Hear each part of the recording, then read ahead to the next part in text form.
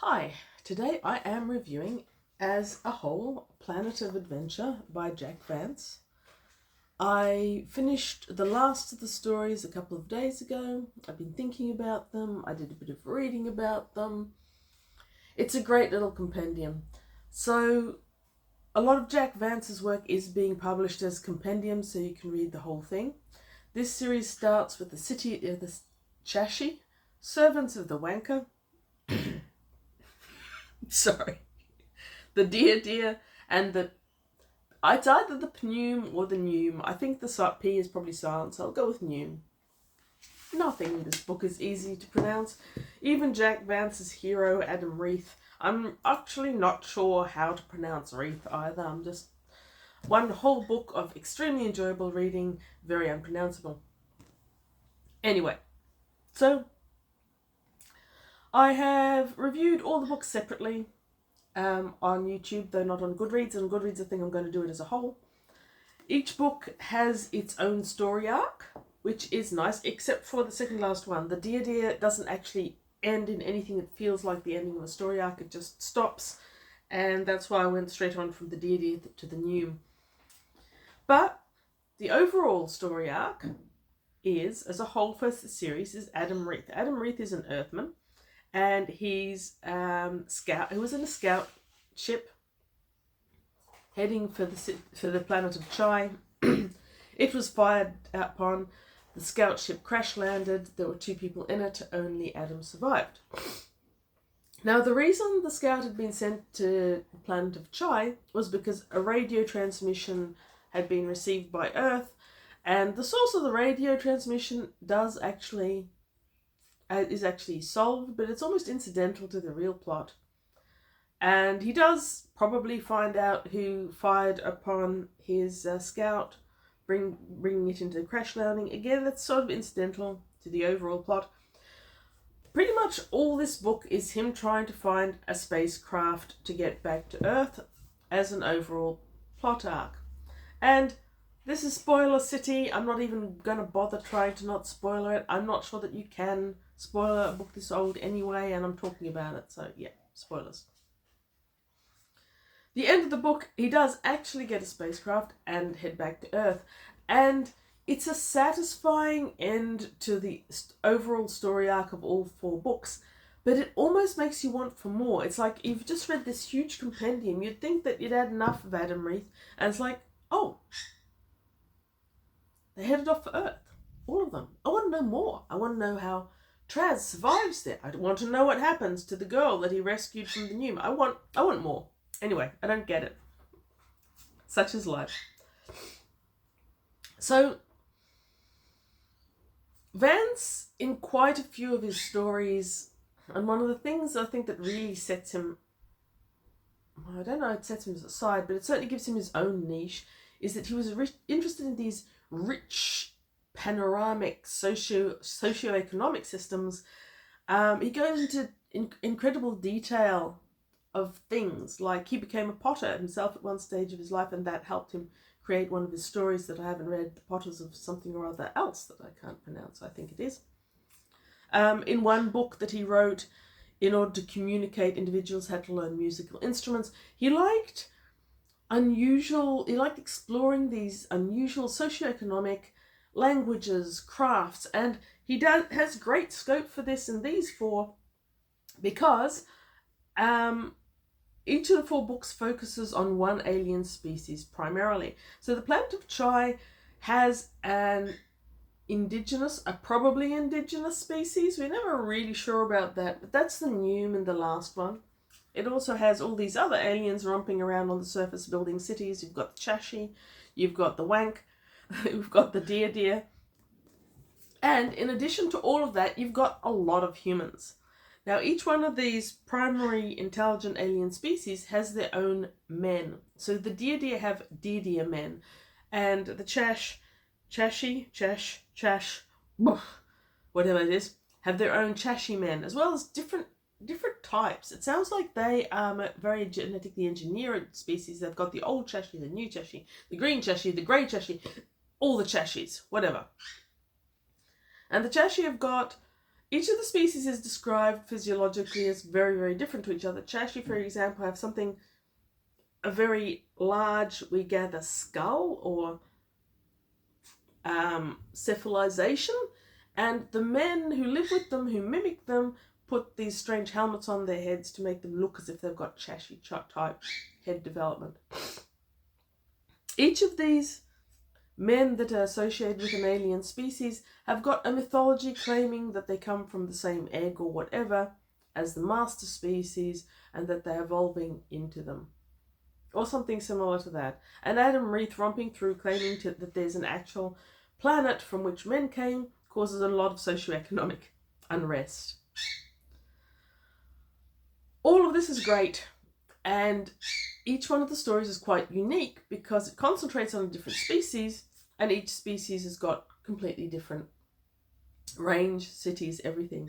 The planet of Tschai as a whole has got a universal language which Adam Reith learns when he's first taken captive by the steppe, the nomads, and the explanations for how he knows things are good. They're better than many other of these type of adventurer books where he just sort of automatically knows everything. Here, the main protagonist, Adam, doesn't automatically know things, and the way he finds them out is interesting. As well as the universal language, each of the alien species have their own language, obviously, and a few of the human-ish subgroups that have diverged and are living here, there, and everywhere, they also have their own languages. But there's a universal language that everyone can use. As well as that, they've got a universal currency, and this is really fascinating to me. They're called sequins, and in the first book, or even in the first and second book, you don't hear too much about them. But in the third one, the Deer, we learn that there are a geological thing. I'm going to go probably crystal, but they seem to be very, very stable crystal. And it seems almost like they're semi-organic or they're fast-developing crystal. Anyway, in the Deer, Adam Reith decides that he's going to have to buy or build his own spaceship. He needs a lot of sequins, a lot of currency for that. So they go into the hunting preserve to hunt for sequins. And that was a brilliant story. Really, really interesting. Because the main area where sequins can be found is also the hunting preserve of the Deer, who regard mankind as prey, who they like chasing down and then eating. So that was great. Another Vance characteristic is that he often has his main characters drawn into low-intensity conflicts between various alien cultures, and this is certainly the case here. In The Servants of the Wanker, you've got the species beginning with W. They can't actually communicate with humans, so they've bred their own line of humans to serve as the communicator and bridge between them and other species. The Wankmen are actually completely lying and defrauding their masters, their overlords, whatever, and Adam Reith manages to save them from that. So that's... And there's other conflicts that follow him. He goes into the city of Tschai and tells people to take off the absurd human helmets. They're actually a city of planet of origin for mankind, and they didn't come from the same egg as the Tschai, and they're not going to evolve into them in the next life or anything like that. And then he's got another myth following him around as he works his way around the world. He becomes hunted by several different species, but he overcomes because he is our hero, and he overcomes. So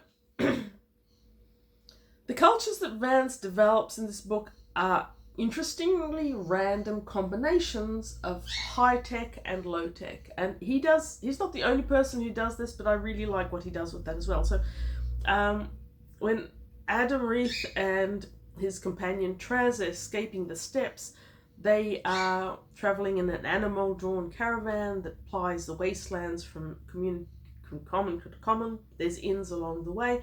Meanwhile, there's these flying rafts like the ones that probably shot down Adam's spacecraft, and they're traversing the skies above the raft. So it's that kind of feel, and I really enjoyed it. Now, there was another booktuber who was my prompt to start reading this compendium, that was the Outlaw Bookseller, and I had elected him because his videos are great. He said of Vance that he's a stylist above plot anytime. And I don't disagree with that. It's a point. His style is certainly what I've always enjoyed about Vance most. His writing style draws me in every time. So the style is significant. I actually really enjoyed the plots. They're not anything but what they are, and they have been called space opera, they have been called adventure plots, whatever.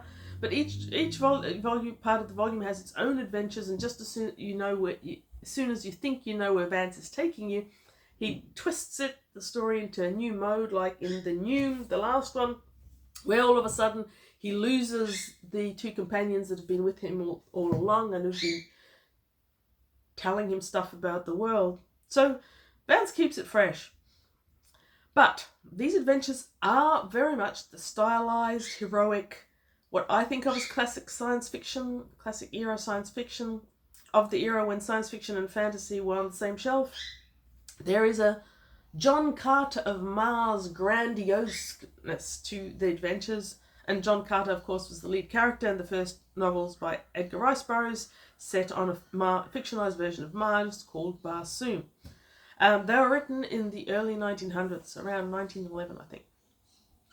I often got, in the first two books as well, I often got Flash Gordon inspiration. There was a 1980 American space opera superhero film about that, directed by Mike Hodge, but it was based on King Feature's comic strip of the same name, which was created by Alex Raymond. And I'm pretty sure that Vance, when he was young, would have read Flash Gordon, and I know that he read Edgar Rice Burroughs, because Wikipedia has a very decent biography of Vance, which I do recommend if you're interested. And in it says, with the separation of his parents, Vance's mother moved him and his siblings to their maternal grandfather's California ranch on the delta of the Sacramento River. American viewers will probably know more what that means than I do. But this setting formed Vance's love of the outdoors, which really comes through in this volume, and allowed him to indulge his passion as an avid reader of his mother's large book collection, which included Edgar Rice Burroughs' Tarzan of the Apes, Barsoom novels, and Jules Verne's The Mysterious Island. Great book, that one, by the way. Read it recently. And when Vance started exploring the nearby town, he also started reading pulp fiction magazines from the local drugstore. So all of this would have informed his style, and it comes through in Planet of Adventure very much. The narrative somehow manages to be both soothing, exciting, and easy to read. And personally, I think it's much better written than many, many other of the classic sci-fi stories of the era, and or space opera, whatever you want to call it. And much as I adored Edgar Rice Burroughs when I was young, I think Vance is far more readable. Edgar Rice Burroughs, when I've tried to return to reading his books, they've felt awkward and clunky, whereas Vance never feels anything but smooth and delicious. I don't remember the Flash Gordon comic strip well. I know I've seen it, but yeah. So yes, overall, Planet of Adventure. Very glad to have read it. Very glad I found it. I'm pretty sure this is from my massive, enormous November book haul. You could call it pulp fiction. Vance got called pulp fiction in his early writing days often, but I think he's an immensely underrated author of his era. He was with us till 2013. He wrote amazing books, many of them science fiction, but also mysteries. I should track down some of those and read those as well. I would laud Vance's writing over many works of so-called literature. Thank you for watching. If you also enjoy Jack Vance, and I think most classic sci-fi readers do, tell me which one I should read next. I've got a number of Vance's on my shelf. I'm going to take a break, read something else. But I feel like now that I've started on him, 2024 might be the year I clear all the unread Vance off my to-read shelf and read them all. So yes, have a great day. Thank you for watching.